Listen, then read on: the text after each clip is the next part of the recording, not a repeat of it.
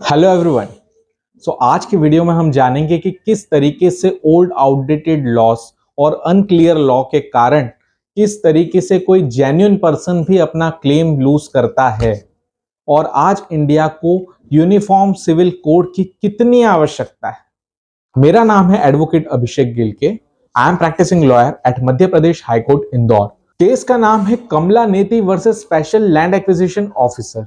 इस केस में ST caste की महिला ने लैंड एक्विजिशन ऑफिसर के सामने एक एप्लीकेशन फाइल करी थी कि हमारे पूर्वजों की लैंड एक्विजिशन में ली गई है और इस लैंड में मेरा भी वंशज होने के नाते समान अनुपात में अधिकार है और मुझे भी समान रूप से कंपनसेशन दिलाया जाए।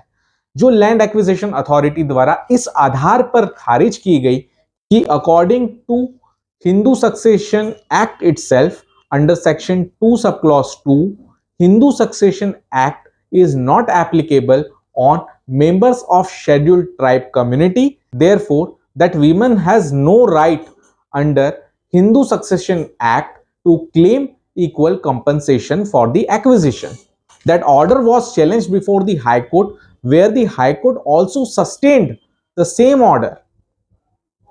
Then again, that order was challenged before the Honorable Supreme Court, and the Honorable Supreme Court has observed as under that there may not be any justification to deny the right of survivorship so far as the female member of tribal is concerned.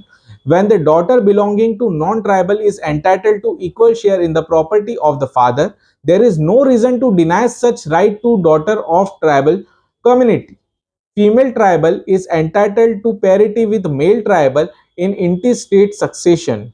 To deny the equal rights to the daughter belonging to tribal even after period of 70 years of Constitution of India, which right to equality is guaranteed, it is high time for the central government to look into the matter and if required to amend the provisions of Hindu Succession Act, by which Hindu Succession Act is not made applicable to the members of scheduled tribe community.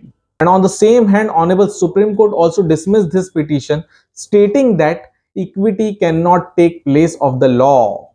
Equity कभी भी law की जगह नहीं ले सकती और इसलिए हम उस महिला की सहायता करने में असमर्थ हैं। ये बताते हुए ऑनरेबल सुप्रीम कोर्ट ने भी उस एसटी महिला का पिटीशन एक्सेप्ट करने से डिनाई कर दिया। यहां मेरा प्रश्न ये है कि क्या honourable supreme court under article 142 was not empowered to make justice with that vulnerable women of ST caste? आपका इस संबंध में क्या व्यू है? कमेंट बॉक्स में जरूर बताइएगा। Thank you very much.